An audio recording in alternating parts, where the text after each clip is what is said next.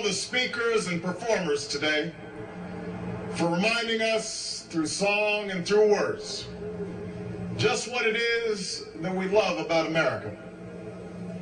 I want to thank all of you for braving the cold and the crowds and traveling, in some cases, thousands of miles to join us here today.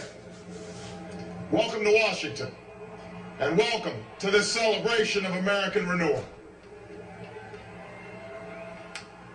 In the course of our history, only a handful of generations have been asked to confront challenges as serious as the ones we face right now. Our nation is at war. Our economy is in crisis. Millions of Americans are losing their jobs and their homes. They're worried about how they'll afford college for their kids or pay the stack of bills on their kitchen table. And most of all, they're anxious and uncertain about the future, about whether this generation of Americans will be able to pass on what's best about this country to our children and their children. I won't pretend that meeting any one of these challenges will be easy. It will take more than a month or a year. There will likely take many.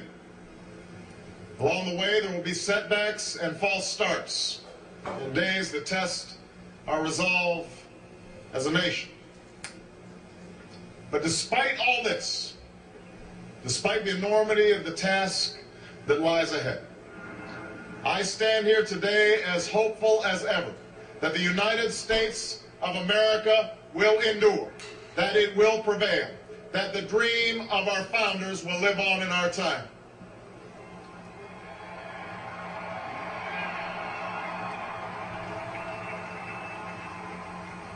What gives me hope is what I see when I look out across this mall. From these monuments are chiseled those unlikely stories that affirm our unyielding faith. A faith that anything is possible in America. Rising before us stands a memorial to a man who led a small band of farmers and shopkeepers in revolution against the army of an empire, all for the sake of an idea. On the ground below is a tribute to a generation that withstood war and depression. Men and women like my grandparents who toiled on bomber assembly lines and marched across Europe to free the world from tyranny's grasp.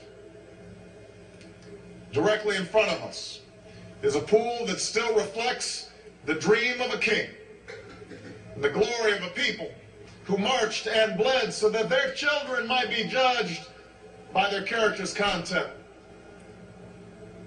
And behind me, watching over the union he saved, sits the man who in so many ways made this day possible. And yet, as I stand here today, what gives me the greatest hope of all is not the stone and marble that surrounds us, but what fills the spaces in between.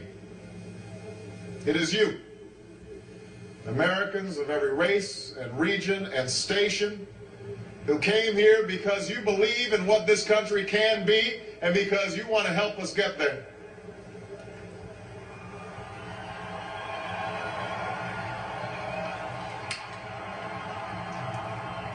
It's the same thing that gave me hope from the day we began this campaign for the presidency nearly 2 years ago.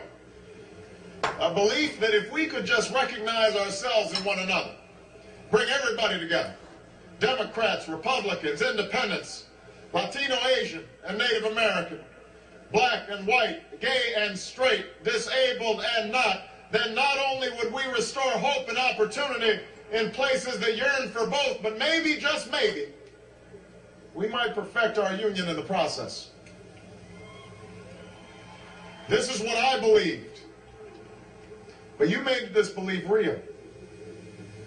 You proved once more that people who love this country can change it. And as I prepare to assume the presidency, yours are the voices I will take with me every day when I walk into that Oval Office. The voices of men and women who have different stories, but hold common hopes, who ask only for what was promised us as Americans, that we might make of our lives what we will, and see our children climb higher than we did. It is this thread that binds us together in common effort, that runs through every memorial on this mall, that connects us to all those who struggled and sacrificed and stood here before. It is how this nation has overcome the greatest differences and the longest odds, because there is no obstacle that can stand in the way of millions of voices calling for change. That is the belief with which we began this campaign, and that is how we will overcome what ails us now. There is no doubt that our road will be long, that our climb will be steep, but never forget that the true character of our nation is revealed not during times of comfort and ease, but by the right we do when the moment is hard. I ask you to help reveal that character once more. And together, we can carry forward as one nation and one people the legacy of our forefathers that we celebrate today. Thank you, America. God bless you.